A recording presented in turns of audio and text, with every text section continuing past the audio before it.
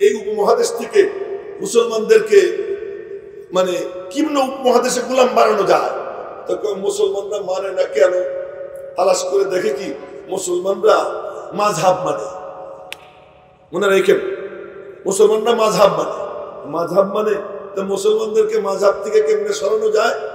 শামসুদ্দিন গাজিয়াবাদী, শুধু নাম বলতেছি, শামসুদ্দিন গাজিয়াবাদী নামক এক মৌলবীরে ইংরেজরা দাঁড় করাইলো, তুমি বলো এই কথা মাযহাব মানা যাবে না, আমরা হাদিস মানি।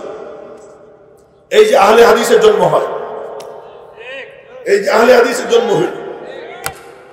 এরপরে আহমদ রেজা খানরে দাঁড় করাইছে যে তুমি বলো যে হানাফি মাযহাবের মৌলবীরা বেয়াদব। বাদশাহ ঔরঙ্গজেব আলমগীর হানাফি ছিলেন, ফতোয়া আলমগীরি প্রণয়ন করছে, হানাফি ছিলেন। আহমদ রেজা খানরে দাঁড় করাইছে, তুমি বলো যে হানাফি মাযহাবের মৌলবীরা বেয়াদব, এরা মাজারে গিয়ে মাথা টেকে না, ওখানে গিয়ে কিছু চায় না, এরা বেয়াদব। এই তখন এই মাজার পূজারীরা মাঠে নামছে। এখন হুজুররা দমন করে কাদেরকে? বেদাতি। হুজুররা দমন করে আহলে হাদিস, ইংরেজরা মোছে তা দেয়, কাম হয়ে গেছে। এবার ওরা লাগছে, আমরা আমাদের কাম চালাই। এই যখন লাগালাগি শুরু,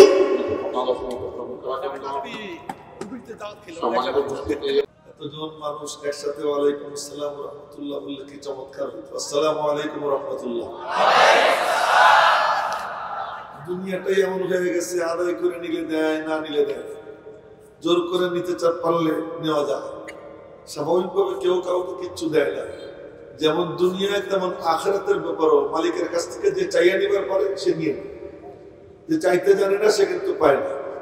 তার নমুনা হলো এই, যখন বললাম যে উত্তরটা একটু ভালো মতো দিলে ভালো লাগতো, এবারে মাশাআল্লাহ উত্তরটা পাইলাম। আলহামদুলিল্লাহ, আলহামদুলিল্লাহ কাফা ওয়া সালামুন আলা ইবাদিহিল্লাযীনা ইসতাফা خصوصا على أشرف الأنبياء وخاتم الرسل محمد المصطفى صلى الله تعالى عليه وعلى آله وصحبه الذين هم خلاصة العرب الأربعة وخير الخلائق بعد الأنبياء. أما بعد فأعوذ بالله من الشيطان الرجيم. بسم الله الرحمن الرحيم. اقرأ باسم ربك الذي خلق خلق الإنسان من علق اقرأ وربك الأكرم الذي علم بالقلم علم الإنسان ما لم يعلم. آمنت بالله صدق الله مولانا العظيم وصدق رسوله النبي الأمي الكريم ونحن على ذلك لمن الشاهدين والشاكرين. দারুল উলুম এলেঙ্গা কর্তৃক আয়োজিত তৃতীয় বার্ষিক ইসলামী মহাসম্মেলনের মাননীয় সভাপতি, মঞ্চে উপবিষ্ট এবং প্যান্ডেলের নিচে অবস্থানরত উম্মতের বিবেক, উম্মতের অভিভাবক, হযরত উলামায়ে কেরাম, সম্মানিত দ্বীনী ভাইয়েরা, আমার ছাত্র যুবক বাবারা, পর্দার অন্তরালের মা ও বোনেরা, প্রথমেই বলবো ইত্র আনাস খোদ ববুয়াত না আত্তার ববুয়াত। আতর ওইটাকে বলে যে নিজের ঘেরান নিজে ছড়ায়, বিজ্ঞাপন দিতে হয় না। এটা চমৎকার আতর বলার দরকার পড়ে না, মুখ খুললেই সারে। মুখটা যদি খোলা হয়, ঘেরান যদি নাকে যায়, অটোমেটিক সবার দৃষ্টি আকর্ষণ হয়ে যায়। বইলা বইলা যে এইটা খুব সুন্দর আতর, কারো দৃষ্টি আকর্ষণ করা যায় না। আমাদের অবস্থা তাই হয়েছে যে আমাদেরকে চেয়ারে বসাইয়া অমকের উস্তাদ, হাজারো আলেমের উস্তাদ, আন্তর্জাতিক খ্যাতি সম্পন্ন বইলে বইলে ঢোল পিটা। আমাদের অবস্থা কেমন জানেন? তবলা আছে না, তবলা, তো তবলা যখন বাড়ি দেয় তখন আওয়াজ হয়, ডিম্বাকা ডিম্বাকা আওয়াজ। এই আওয়াজ হইতেছে আরবিরা বলে, আরবিয়ানরা বলে জওফুহু খালি সৌতুহু আলি।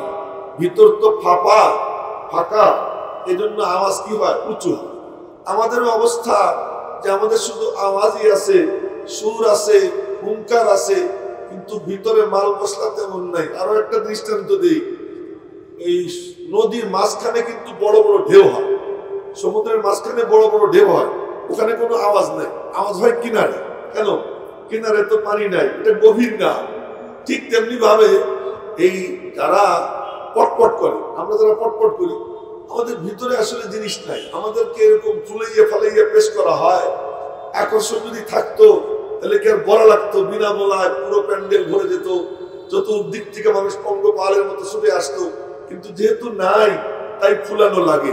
মেরে মোহতারাম ভাইও, কিন্তু নাই যে বললাম, এরপরেও এখানে বসি কেন? যাদের ছিল তাদের সাথে আমাদের নিসবত, তো বলেন না সুবহানাল্লাহ। যাদের ছিল তাদের সাথে আমাদের নিসবত, ওই নিসবতের কারণে, ওই সম্পর্কের কারণে এখানে বসি, ওই সম্পর্কের দোহাই দিয়ে চলি যে অমুকের সাথে আমার লিয়াজও আছে, সম্পর্ক আছে। মেরে মোহতারাম ভাইও, আমি আজকে ভূমিকা দিব না, আর মাত্র 20-25 মিনিট আপনাদের সামনে আসি, জন্য ভূমিকা দেওয়ার সুযোগ নাই, এমনি কথা শুরু করব। আয়াতে কারিমা তিলাওয়াত করছি আপনাদের সামনে, ইকরা বিসমি রাব্বিকাল্লাযী খালাক। এই আয়াত কেন পড়লাম তাই বলতেছি, একটু মনোযোগ দিয়ে শুনবেন। যে জানে সে চেনে, যে চেনে সে মানে, যে জানে না সে চেনে না, যে চেনে না সে মানে না। এজন্যই সরকারে দো আলম জনাবে মুহাম্মদুর রাসূলুল্লাহ সাল্লাল্লাহু আলাইহি ওয়াসাল্লাম, তার সঙ্গে যখন জিবরাইলের প্রথম সাক্ষাতে কোনো কথাবার্তার আগে প্রথম কথা ছিল ইকরা, পড়ো, তুমি জানো, তুমি ইলম অর্জন করো। তিনি বললেন, বুখারী শরীফের হাদিস, তিনি বললেন মা আনা বিকারি, পড়া তো দূরের কথা, পড়ার জগতের সাথে আমার কোনো সম্পর্ক নেই। আগন্তুক বলে, মনে মনে বলে সম্পর্ক নাই, সম্পর্ক গড়ে দেওয়ার জন্য আমি আইছি। বুকের মধ্যে নিয়ে চাপ দেয়, এত জোরে মনে হচ্ছিল এই পাশের পাঁজরের হাড় অপর পাশের পাঁজরের হাড়ের মধ্যে ঢুকে যাবে। পূর্ণ শক্তি দিয়া চাপ দিছি, একবার, দুইবার, তিনবার। চাপ দেওয়ার আগে বলছে ইকরা, পড়ো। দ্বিতীয় চাপ দিয়ে বলছে, প্রথম চাপ দিয়ে দ্বিতীয়বার বলছে ইকরা, পড়ো। দ্বিতীয় চাপ দিয়ে তৃতীয়বার বলছে ইকরা, পড়ো। তিনবার বলছে শুধু ইকরা ইকরা ইকরা, পড়ো পড়ো পড়ো। কিন্তু লাইন লাগায় নাই, সুইচ দেয় নাই। তৃতীয় চাপ দিয়ে ছাইড়া বলে এতক্ষণ পর্যন্ত লাইন সুইচ দেওয়ার মতো হয় নাই, এখন হয়ে গেছে। কেউ যদি লম্বা তার টানে, তার যদি জায়গা মতো না পৌঁছে, তার আগে যদি সুইচ দেয়, বাতি জ্বলবে না। বাতি তখনই জ্বলবে যখন লাইন লাগাটা কমপ্লিট হয়। তিনবার চাপাচাপির পরে লাইন যখন কমপ্লিট, এবার বলে ইকরা বিসমি রাব্বিক, ইসমে রব্বের সুইচে চাপ দিছে। সুবহানাল্লাহ বলে না, ভালো করে জোরে বলে বলেন না সুবহানাল্লাহ। ইসমে রব্বের সুইচে চাপ দিছে। যখন ইসমে রব বলছে, আর আসমানের সব দরওয়াজা, জমিনের সব দরওয়াজা, সব জানালা খুলে রব্বুল আলামিনের পক্ষ থেকে নূরের ঢেউ নবীজির সিনার মধ্যে এসে হাজির হয়ে গেছে। এই নূরের ঢেউ যখন আসছে, তখন মনে মনে বলেন সহসা আমি চিনিয়াছি আমারে, ভুলিয়া গিয়াছে আমার সকল ভাগ। আমি তো আমারে চিনতাম না, এখন না চিনে ফেলছি। কি চিনছি? নিজেরা তিনি আবিষ্কার করলেন। কোথায় আবিষ্কার করলেন? কি পাইলেন তিনি? আমি তার একটা সাদামাটা দৃষ্টান্ত দিচ্ছি আপনাদেরকে। এই যে একটা রুমাল দেখছেন, এটারও মনে করেন রুমাল, সাদা রুমাল। এই যে দারুল উলুম এলেঙ্গা, এই দারুল উলুম এলেঙ্গা হলো দারুল উলুম দেওবন্দের একটা শাখা। ওই দারুল উলুম দেওবন্দের যে প্রথম ছাত্রের নাম মাহমুদুল হাসান। ইতিহাস কইতে গেলে তো পারবো না। মাহমুদুল হাসান শাইখুল হিন্দ রহমতুল্লাহ, উনি এই ইংরেজ সাদা কুত্তাদের বিরুদ্ধে আন্দোলন করতেন। ওই আন্দোলন করতে গিয়া একবার একটা সাদা রুমাল দিলেন এক হাজী সাহেবের কাছে। এই রুমালটা নিয়ে মক্কা শরীফে অমুক নেতার কাছে দিল। ইংরেজ গোয়েন্দারা জানতে পারছে যে বুড়া সাদা একটা রুমাল দিচ্ছে। আমি কিন্তু নবীজিরে বোঝানোর জন্য রুমাল বলতেছি, এমনি কাহিনী শোনাচ্ছি না। তো ওই রুমাল, ওরা বলে বুড়া সাদা রুমাল দিছে, সাদা রুমাল সাদা না, ভিতরে কিছু আছে। ওরা পুরো জাহাজ তল্লাশি চালাইয়া রুমাল বের করছে। রুমাল বের করে যখন পানির মধ্যে দিছে, এখন দেখে উপর থেকে নিচ পর্যন্ত আন্দোলনের রূপরেখা, ইংরেজ বিরোধী আন্দোলনের এই যে সমস্ত রূপরেখা, এইটা দিয়ে উনি চিঠি লিখছেন। রুমাল দেখতে সাদা দেখা যায়, পানিতে ভিজানোর পরে উপর থেকে নিচ পর্যন্ত হাতের লেখা চিঠি। এর নাম রেশমি রুমাল আন্দোলন। ওই কাপড় যখন ভিজেইছে পানিতে, লেখা ভাইসে উঠছে আমার নবীজির বদন মুবারকের ভিতরে মাথার থেকে পা পর্যন্ত পুরো বডির মধ্যে এলেম আল্লাহর পক্ষ থেকে গোলাইয়া দেওয়া আছে। এটা ভাসতেছিল না, কিন্তু জিব্রাইলের সঙ্গে যখন জড়াজড়ি হয়েছে 3 বার, আর জিব্রাইল বলছে ইকরা বিসমি রব, তোমার রব্বের নামে পড়ো। আগে বলছে 3 বার কেবল ইকরা ইকরা ইকরা ইকরা, পড়ো পড়ো পড়ো, জিকির নাই, শুধু পড়ো। যেমন মওদুদীরা শুধু পড়ে, জিকির নাই। জিকির তো আস্তে করে আমি তো ঠিক বলাই না, কিন্তু যখন বলছেন তাহলে ভালো মতো বলে যে ওরা জিকির ছাড়া পড়ে। জিকির ছাড়া যে এলেম, ওই এলেমে শয়তান বানায়। আর এলেম যদি জিকির ছাড়া হয়, ওই এলেম শয়তান বানায়। আর জিকির যেটা এলেম ছাড়া, ওই জিকিরে পাগল বানায়। আর ইলমের সঙ্গে যখন জিকির মিশে যায়, ওই এলেম তাকে হেদায়েতের পথে উঠাইয়া, হেদায়েতের রাজপথে উঠাইয়া জান্নাত পর্যন্ত পৌঁছে দেয়। এজন্য দেখবেন আমাদের দেশের খাজারা, যারা খাজা, জিকির আছে, এলেম নেই। আমি তো ঠিকই বলবো, আচ্ছা আমি তো ঠিকই বলবো, বেঠিক বলবো, ঠিকই বলবো। হ্যাঁ, খাজাদের কাছে কি আছে? জিকির আছে, এলেম নেই। এজন্য কি বলে, আল্লাহর দন রসুলরে দিয়া আল্লাহ গেছেন, আল্লাহ রয়েছেন আরো সে বৈশা, আর রসুলের দন খাজারে দিয়ে রসুল রয়েছেন মদিনায় শুইয়া। এখন বাস খাজা বাবা মাওলানা একবার দেনে এসে, এটা কি? সব পাগল, তার তো সব ছিঁড়ে গেছে। কেন? জিকির আছে, এলেম নেই। আবার অপরদিকে বলে কি মওদুদীরা, যে নবীও তো মানুষ, মাঝে মাঝে মানুষ হিসেবে কিছু দোষ ত্রুটি তো তারও হইতে পারে, কিছু গুনাহ খাতা তারও হয়ে গেছে। এই কথা তারা বলছে। কেন বলছে এই কথা? এজন্য বলছে এলেম আছে কি নেই, জিকির নেই। ওদের জিকির আছে, এলেম নেই। কিন্তু যাদের এলেমের সঙ্গে জিকির মিশে যায়, ওই এলেমওয়ালা জিকিরওয়ালা ইলম আল্লাহ পাক উলামায়ে দেওবন্দের কাছে জমা করে রাখছে।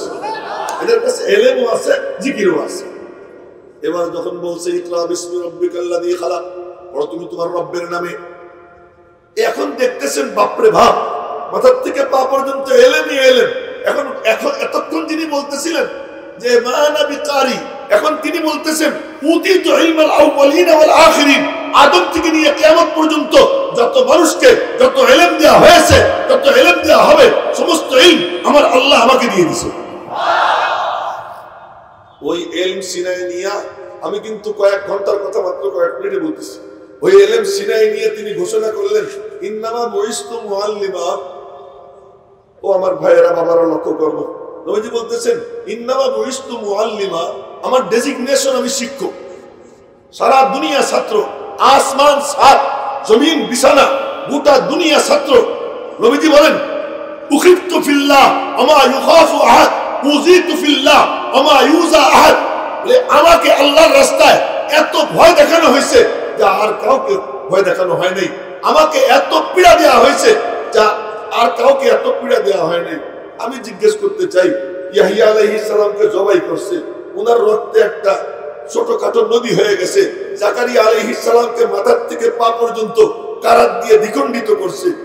নবীজিকে তো কেউ তরবারি দিয়ে কোপ দিবার পারে নাই, নবীজিকে তো কেউ কাটতেও পারে নাই, নবীজিকে তো কেউ তীরও মারতে পারে নাই। আল্লাহ পাক বলেন আল্লাহু ইয়াসিমুকা মিনান নাস, মাহবুব তোমার পাহারাদার আমি। নবীজি বলতেছেন যে আমার এত কষ্ট, যে এত কষ্ট আর কাউকে দেওয়া হয় নাই। আমি আর একটা ছোট্ট গল্প মনে পড়ে গেল। আমার খালাতো ভাই রিক্সায় বসছে, তখন রিক্সাওয়ালা উল্টে পাল্টা চালাইছে, এই তুই মরলে তোর উপরে কয়জন কাঁদবে? আমার উপর কান্নার অনেক মানুষ আছে, সাবধানে চা। আজকে আমার এই কথাটা মনে পড়ে। ব্যাপারটা কি? তুই রিক্সা চালাইস, তোর 1-2 জন আছে, আর আমার উপরে কান্নার মেলা লোক আছে। যার আয়তন যত বড় তার চিন্তা তত বড়, যার পরিধি যত বড় তার টেনশন তত বেশি। নবীজির পরিধি কত বড়? তখন থেকে নিয়ে কিয়ামত পর্যন্ত সমস্ত মখলুকাতের রাসূল জনাবে মুহাম্মদুর রাসূলুল্লাহ সাল্লাল্লাহু আলাইহি ওয়াসাল্লাম।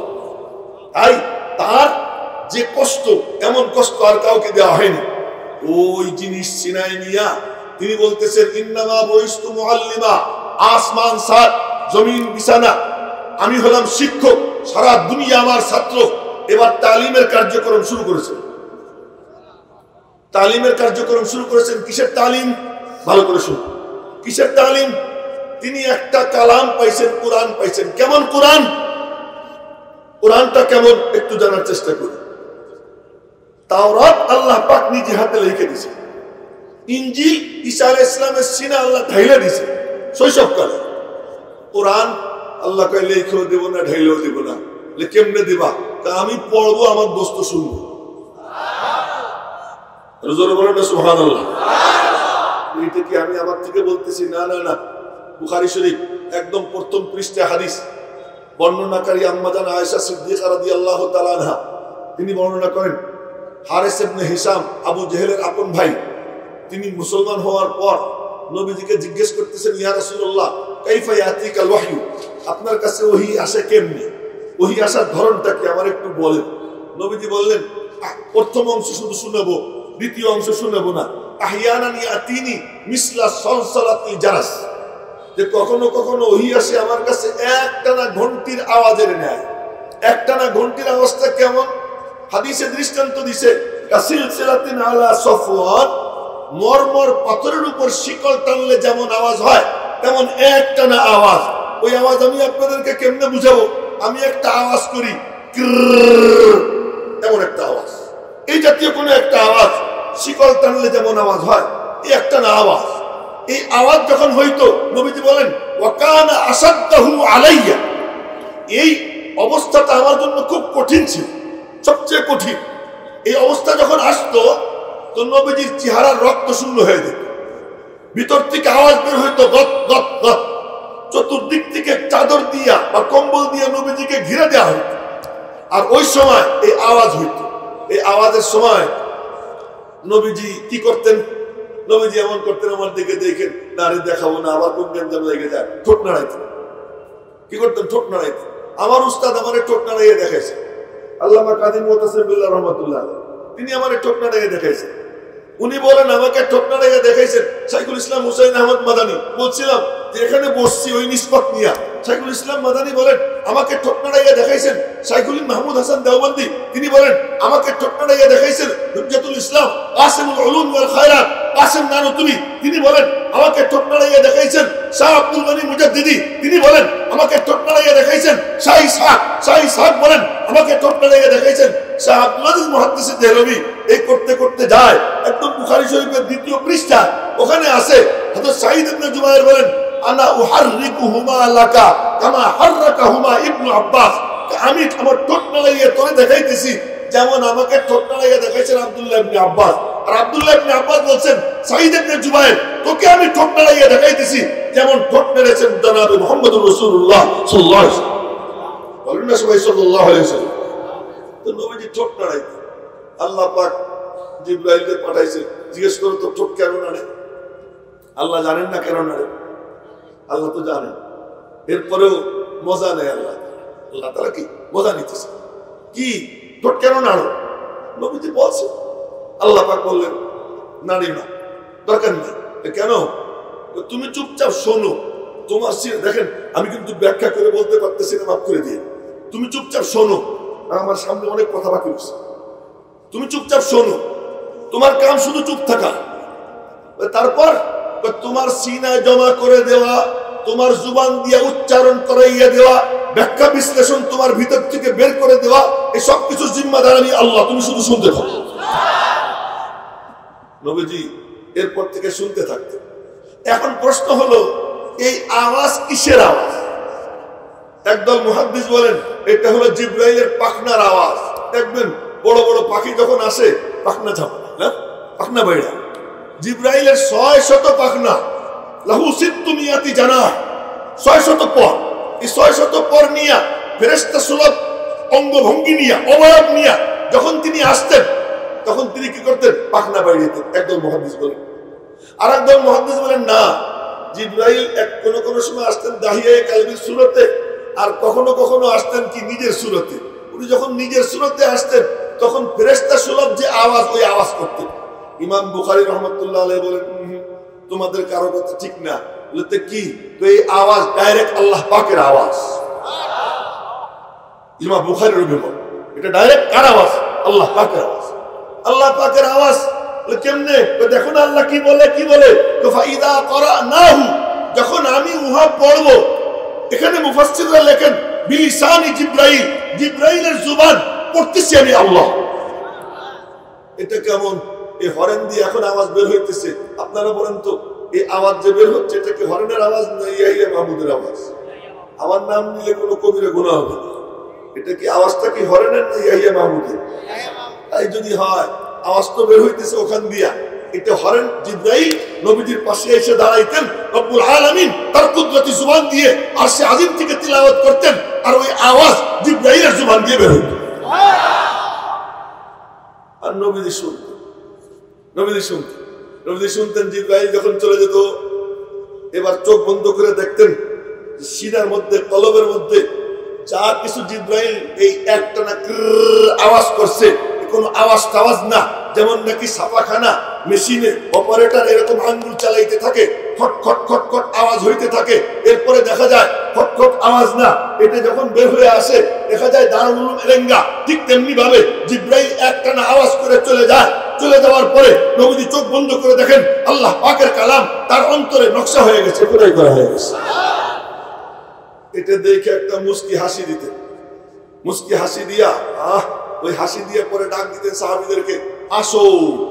আমাদের সমাজে একটা বদরুসুম হয়ে গেছে, সেটা হলো কি যে মাহফিল জমানের জন্য কোরআন শরীফ তেলাওয়াত, যে কোরআন শরীফ পড়ায় যে লোক জমু, পরে হুজুর দিয়ে ওয়াজ করাবে, মনে হয় যেন হুজুরের ওয়াজের দাম কোরআন শরীফের থেকে বেশি। যারা মাহফিলের আয়োজক তাদের কাছে করজোড়ে নিবেদন করতেছে, এই কামটা কেউ করবেন না। পুরো মজলিস যখন জমবে, সব নীরব নিস্তব্ধ হবে, তখন মালিকের কালামের তিলাওয়াত হবে।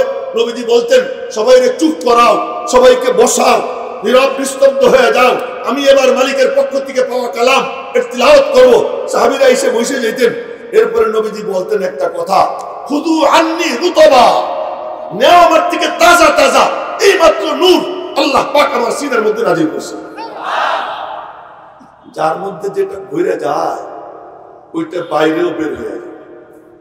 পেট ভরা যদি খিচুড়ি থাকে, মুখ খুললে খিচুড়ির গন্ধ বের হয়, বিরিয়ানি থাকলে বিরিয়ানির গন্ধ বের হয়। আমার নবীজির ভিতর ভরা ছিল নবুয়ত, নবুয়ত আর ভিতরে আটকে থাকে নাই, ঘাড়ের এখান দিয়ে মহরে নবুয়ত বের হয়ে গেছে, ভিতরে ভরা কোরআনে কারীমের নূর। এজন্য যখন দুই ঠোঁট খুলতেন কথা বলার জন্য, সাহাবীরা বলেন ঠোঁট খুলতে দেরি, কিন্তু সামনের দুই দাঁতের ফাঁক দিয়া নূরের ঝিলিক মারতে একটু দেরি হতো। দেখা যেত সামনের দুই দাঁতের ফাঁক দিয়ে কি বের হইতেছে, নূর বের হইতেছে। ইদা তাকাল্লামা রুইয়া বাইনা সানায়াহু নূর, দেখা যাইত নূর। বলতেন সাহাবীদেরকে, নাও তাজা তাজা, খুযু আন্নী রুতবা, নাও তোমরা আমার কাছ থেকে তাজা তাজা। কেবলমাত্র কোরআনে কারীমের শব্দ না, কোরআনে কারীমের অর্থ না, কোরআনে কারীমের নূর সহ তোমরা তোমাদের সিনায় নিবা, নাও। সাহাবীরা সিনার মুখ খুইলা, চোখের জানালা খুইলা, কানের খিড়কি খুইলা নবীজির সামনে বইসা মনোযোগ দিয়ে তিলাওয়াত শুনতেন। শুধু কোরআন শরীফ মুখস্থ হইতো তাই না, কোরআনে কারীমের নূর সহ তাদের সিনার মধ্যে জমা হয়ে যেত, নূর তারা সিনায় পেত। এই কারণে দেখেন, এই কারণে সাহাবীদের অবস্থা কি ছিল। এক সাহাবী শুধু কুল হুয়াল্লাহ শরীফের তিলাওয়াত শুনছে, কুল হুয়াল্লাহ শরীফ বলতে গেলে তো অনেক লম্বা, সময়ও নাই আর পারবো না। না বলেন তো আপনারা বলবেন, কিন্তু আমি আমার সময় নেই, আমারও সময় নেই। খালেদ সাইফুল্লাহ আইয়ুবীর ওয়াজ শোনার জন্য সবাই অপেক্ষা করতেছে। মানে আমি যদি বেশিক্ষণ বলি পরে ওরা আক্ষেপ করবে যে আমরা, আমি জানি আমি নিজেও আমার বাজানের ওয়াজের ভক্ত, খালেদ সাইফুল্লাহ আইয়ুবীর ওয়াজের ভক্ত আমি খুব মন দিয়েছি, খুব মন দিয়েছি। হ্যাঁ, আমি আর সে একসঙ্গে খাওয়া দাওয়া করছি। আসতেছি ছোটবেলা আমি তারা কোলে নিয়ে পড়াইছি, যেহেতু সে বলে দিছে এতটুক ছিল। মিজান পড়তো আমার কাছে, মিজান ওই সময় পড়াইছি। 17 জন ছাত্র ছিল ওদের ক্লাসে, এ লেভেল ছাত্র ছিল 30-এর উপর। তার মধ্যে ওই এ লেভেলের যে মানে প্রথম গ্রেডের যে 17 জন, তার মধ্যে অন্যতম ছিল খালেদ সাইফুল্লাহ। আর ওইটা আমার যৌবন কাল ছিল, খুব মজা নিয়ে পড়াইতাম। এখন তো বুড়ো হয়ে গেছে, আর পড়ানোর জন্য এরকম নাই। তো বলতেছিলাম কুল হুয়াল্লাহ শরীফের তিলাওয়াত করছেন নবীজি, শুধু কুল হুয়াল্লাহ শরীফ 4টা আয়াত। এক বুড়া গ্রাম থেকে আসছে, সাদা মাটা সহজ সরল মানুষ, নবীজির তিলাওয়াত শোনার পরে চিৎকার দিয়ে উঠছে, নি'মাল ইলাহু ইলাহুনা, মাবুদ আমি তোমার চিনে ফেলেছি। বলতেছে আমি তোমার চিনে ফেলেছি। কি চিনছো? মনে আল্লাহ জিজ্ঞেস করছেন কি চিনছি। এবার সে বলে নবীজির সামনে বসে তেলাওয়াত শুনছে, শোনার পরে তার কলবের হাল এমন হয়েছে মনে হয় যেন সাত আসমানের পর্দা সরে গেছে। নবীজির সামনে বসে আসমানের দিকে তাকাইয়া চিৎকার দিয়ে উঠছে, নি'মাল ইলাহু ইলাহুনা, আমাদের মাহবুব তুমি বড় চমৎকার, আমি তোমারে চিনছি। আল্লাহ জিজ্ঞেস করে কি চিনছিস আমারে? ইয়াকবালুল ইয়াসির ওয়া ইউতিল জাসিল, তুমি নাও মাত্র এতটুক, দাও তুমি এতখানি, অল্প একটু নাও, ঝুলি ঘুরে দাও। কি যে ব্যাখ্যা করছে বুড়া, 4 আয়াতের তাফসীর করছে 4 শব্দ দিয়া, এত চমৎকার তাফসীর করছে যে নবীজির চেহারা খুশিতে উজ্জ্বল হয়ে গেছে। এখন দেখি ওই বুড়ার তাফসীর শোনার পরে আমি দেখি কোরআন হাদিস গাইতে গুইতে যতদূর জানছি যে বুড়ার তাফসীর এত চমৎকার, একবার সুবহানাল্লাহ বলায় তো মিজানে 2 পাল্লার 1 পাল্লা ভরে দেয়, একবার আলহামদুলিল্লাহ বলায় তো 2 পাল্লা গেছে বইরা, 3বার কুল আল্লাহ শরীফ পড়া নবীজি বলেন 1 খতম কোরআন শরীফের সওয়াব। 24 ঘন্টার মধ্যে 5 ওয়াক্ত নামাজে মাত্র 1.5 ঘন্টা থেকে 1.5 ঘন্টা টাইম নেয়। যদি মাঝখানে কোনো 2 নম্বরই না করে ব্যবসায়ী, মাঝখানে কোনো 2 নম্বরই না করে চাকরিজীবী, মাঝখানে কোনো 2 নম্বরই না করে ব্যবসায়ীরা, তারা যদি 5 ওয়াক্ত নামাজ ঠিক মতো পড়ে, মাঝখানে সততার সাথে কর্মকাণ্ড করে, আল্লাহ কয় তোর 24 ঘন্টা আমি নামাজ লিখে দেব। ন্যায় কতটুক, দেয় কতটুক। তো বুড়ো এই তাফসীর করছে, কি দিয়ে করছে এই তাফসীর? তার ভিতরে ওই নূর গেছে। আজ আমরা মনে কিছু নিয়েন না, সুর আছে নূর নাই, হুঙ্কার আছে পাওয়ার নাই, ডিম্বাকা ডিম্বাকা তবলা বাজাই কিন্তু ভিতর ফাঁপা। এটাও ঠিক, ঠিক ছাড়া কোনো কথা নেই, এটাও কি বলে ঠিক বলে। এই যে অবস্থা, পরিশেষে একটা কথা বলি, যাও আছে নেওয়ার তরিকা জানা নেই, আছে এখনো আছে, নাহলে পৃথিবী কেমনে টিকে আছে, এখনো আছে, কিন্তু আমাদের নেওয়ার তরিকা জানা নেই। আপনারা আসছেন, আপনাদের কাছে অনুরোধ করুন, এটা নিবেন, এই দিলের দুয়ার খুলবেন, এই চোখ যে আলেম এখানে বসে তার দিকে লাগাইয়া রাখবেন, এই কানটা লাগাই রাখবেন, মনোযোগ দিয়ে শুনবেন, নড়েন না, মাথা নাড়াইয়েন না, মোবাইল দেখেন না, মনোযোগ দিয়ে শোনেন। আল্লাহ পাক মাহরুম করবে না। আজও সেই আল্লাহ আছেন যে আল্লাহ তখন ছিলেন, তার মধ্যে কোনো পরিবর্তন নেই, তার কুদরতের মধ্যে কোনো পরিবর্তন নেই, তার নিজামের মধ্যে কোনো পরিবর্তন নেই, তার আদতের মধ্যে কোনো পরিবর্তন নেই। আজও যদি কেউ শর্ত পূরণ করে, আল্লাহ পাক তার সিনা নূর দিয়ে ভরে দেবে। আজও ওই যে শুরু হইল, এখন আমি একেবারে নাম তার মতো ইতিহাস বলে শেষ করব। নবীজির সিনাত থেকে সাহাবা ইকরামের সিনা, সাহাবা ইকরামের সিনাত থেকে তাবেঈনের সিনা, তাবেঈনের সিনাত থেকে তাবায়ে তাবেঈনের সিনা, আস্তে আস্তে এই নূর প্রায় দুনিয়ার অর্ধেকের বেশি, তারও বেশি এই নূর ছড়াইয়ে গেল। এবং এই নূর যাদের সিনায় সারা দুনিয়া তাদের কর্তব্যগত ছিল, তারা পরিচালনা করত পুরা দুনিয়া। যখন এমন হয়ে যায়, তখন হিংসুকদের চোখ পড়ে, ওই হিংসার দৃষ্টিতে দেখে কিভাবে এদেরকে ধ্বংস করা যায়, সেই ধ্বংসের কার্যক্রম শুরু করে। আর মুসলমানও আহাম্মকি কইরা কইরা নিজেদেরকে আস্তে আস্তে বরবাদ করতে থাকে, নিজেরা গুতাগুতি করতে করতে এই ভারতবর্ষে শেষ পর্যন্ত এমন অবস্থা হয় যে মুসলমানদেরকে লাইথিয়া তাদের গদির থেকে নামাইয়া এই সাদা কুত্তার বাচ্চারা ওরা এই দেশ দখল করে। দেশ দখল করে প্রথম কাজ তাদের যেটা, মুসলমানদেরকে গোলাম বানাইতে হবে। মুসলমান গোলাম হয় না, হিন্দুরা সুন্দর মতো মানে, ওরা মনে করে আমরা এত পাথরের সামনে মাথা নোয়াই, সাদা কুত্তা তো আরো সুন্দর, তো ওর সামনে একটু মাথা নোয়াইলে সমস্যাটা, ওদের মাথা নোয়াইতে কোনো অসুবিধা হয় না, যেখানে সেখানে সিজদা দেওয়া, যেখানে সেখানে কপাল টেকা, এটা ওদের জন্য কোনো সমস্যা না। কিন্তু মুসলমান সে বলে কি, আল্লাহ কয় ইয়া আইয়ুহাল্লাযীনা আমানু ইরকাউ ওয়াসজুদু ওয়াবুদু রাব্বাকুম। সিনার মধ্যে যখন ঈমান তাওহীদ, এবার তুমি ঝুঁকবা কেবল এক জায়গায়, আর কোথাও তুমি ঝুঁকবা না, ঝুঁকবা তুমি এক জায়গায়, আমি আল্লাহ সারা দুনিয়ায় তোমার মাথা উঁচু করে দেব। মুসলমানদের কাম একখানে ঝুঁকা। আর একদিন এর উপরে বলবো যে যে যত ঝোঁকে সে তত ওড়ে, এই টপিকসের উপরে পরে কোনদিন যদি দেখা হয়, আল্লাহ সুলাইমান আগে মুসলিম দাওয়াত দেয় কিনা জানি না, যদি দেয় তাহলে এই টপিকসের উপরে যে যত ঝোঁকে সে তত ওড়ে, আর যে যত উঠতে চায় ও তত গর্তের মধ্যে ডাইবে যায়। যদি উঠতে হয় আর ঝুঁকতে হয়, নবীজি ঝুঁকছেন তো উঠছেন, আর সে আজিমের মেহমান হয়েছেন, ঝুঁকার দিক থেকে তিনি সকলের সর্দার, এজন্য উড়ার দিক থেকে সকলের সর্দার হয়ে গেছে। যে যত ঝোঁকে সে তত উড়ে। তো বলতেছিলাম এবার এই উপমহাদেশ থেকে মুসলমানদেরকে মানে কিম্ন উপমহাদেশে গোলাম বানানো যায়, তখন মুসলমানরা মানে না কেন? তালাশ করে দেখে কি মুসলমানরা মাযহাব মানে।